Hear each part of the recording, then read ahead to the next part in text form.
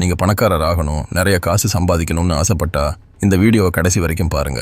ஏன்னா இன்னைக்கு நீங்கள் கட்டாயமாக செய்யவே கூடாத 3 விஷயத்தை நான் உங்களுக்கு சொல்ல போகிறேன். முதல்ல, உங்ககிட்ட எவ்வளோ காசு இருக்குது, நீங்கள் எவ்வளோ சம்பாதிக்கிறீங்கன்னு யார்கிட்டையும் சொல்லவே சொல்லாதீங்க. ஏன்னா நீங்கள் சம்பாதிக்கிறத சொன்னால் மனுஷங்களுக்கு மற்றவங்க நல்லா இருக்கிறத பார்த்தா பிடிக்காது, அவங்களுக்கு வயிறு எரியும். அதனால் உங்கள் நண்பர்களும் சொந்தக்காரங்களும் உங்களை மட்டம் தட்ட பார்ப்பாங்க.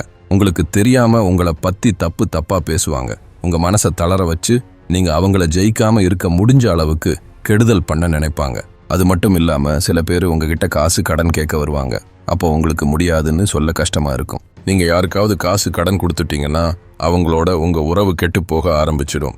ஏன்னா காசு கடன் கொடுக்கறது சுலபம், கொடுக்கலாமா வேணாமான்னு நீங்கள் தான் முடிவு பண்ணணும். ஆனால் அதை திரும்ப வாங்குறது ரொம்ப கஷ்டம். உங்களுக்கு தேவைப்படும் போது நீங்கள் அதை திருப்பி கேட்டால் அவங்க கொடுக்க மாட்டாங்க. அன்னைக்கு தர்றேன் இன்னைக்கு தர்றேன்னு சொல்லி இழுத்தடிப்பாங்க. அப்போ நீங்கள் ஒன்றும் பண்ண முடியாது. அதனால் காசு கடன் கொடுக்கறது ரொம்ப சுலபம், ஆனால் அதை திரும்ப வாங்குறது ரொம்ப கஷ்டம்.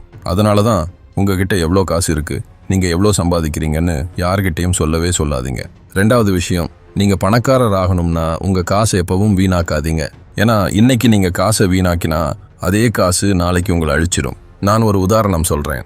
நானும் என் நண்பனும் சந்தைக்கு போனோம். அவனுக்கு கொஞ்சம் காய்கறியும் ஒரு ஜீன்ஸ் பேண்ட்டும் வாங்கணும்னு அவன் சொன்னான். முதல்ல காய்கறி வாங்க ஒரு கடைக்கு போனான். கடைக்காரர்கிட்ட கேட்டான், உருளைக்கிழங்கு 1 கிலோ எவ்வளோ? கடைக்காரர் 18 ரூபாய் சொன்னார். அவன் 16 ரூபாய் தர்றேன்னு சொன்னான். கடைக்காரர்கிட்ட பேரம் பேசி 1 கிலோ உருளைக்கிழங்கு 16 ரூபாய்க்கு வாங்கினான். இங்கே அவன் 2 ரூபாய் மிச்சப்படுத்தினான். இதுக்கப்புறம் அவன் ஜீன்ஸ் வாங்க ஒரு பெரிய கடைக்கு போனான். அங்க 2999 ரூபாய் போட்டிருந்த ஒரு ஜீன்ஸ் அவனுக்கு பிடிச்சிருந்தது. அதை என்கிட்ட காட்டி, எப்படி இருக்குன்னு கேட்டான். நான் சொன்னேன், தம்பி, இதே மாதிரி ஜீன்ஸ் நான் பக்கத்து கடையில் 1000 ரூபாய்க்கு வாங்கினேன். அதுக்கு அவன், அண்ணே இது நல்ல பிராண்டட் கம்பெனி ஜீன்ஸ் அப்படின்னான். நான் உடனே, சரி தம்பி வாங்கிக்கோன்னு சொன்னேன். அவனும் அந்த ஜீன்ஸ் 3000 ரூபாய்க்கு வாங்கினான். கொஞ்ச நேரத்துக்கு முன்னாடி தான் ஒரு ஏழை காய்கறிக்காரர்கிட்ட 2 ரூபாய் கூட கொடுக்க மாட்டேன்னு பேரம் பேசினான். ஆனா இப்போ பெரிய கடையில 1000 ரூபாய்க்கு கிடைக்கிற ஜீன்ஸை 3000 ரூபாய் கொடுத்து வாங்கியிருக்கான். இந்த 3000 ரூபாய் செலவு பண்ணதுனால அவன் ஒன்றும் ஏழை ஆயிட மாட்டான். ஆனா அவனுக்கு இருக்கிற இந்த பழக்கம், அதாவது விலை ஜாஸ்தியான பிராண்டட் கம்பெனி பொருள் வாங்குற பழக்கம், இந்த பழக்கத்தால அவனால காசு சேர்க்கவே முடியாது, சேமிக்கவே முடியாது. இந்த பழக்கம்தான் அவன் எப்பவும் பணக்காரன் ஆகாம தடுத்துடும். அதனால இந்த மாதிரி பழக்கத்தை விட்டுடுங்க, காசை வீணாக்காதீங்க.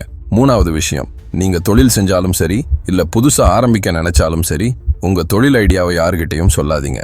ஏன்னா நீங்க உங்க ஐடியாவை சொன்னா கேட்டவங்க அதை அவங்களே செஞ்சிருவாங்க. அப்படி இல்லைன்னா நீங்க சொல்ற ஆளு அதை செய்யலைன்னாலும் அவங்க அதை மற்றவங்க கிட்ட சொல்லிடுவாங்க.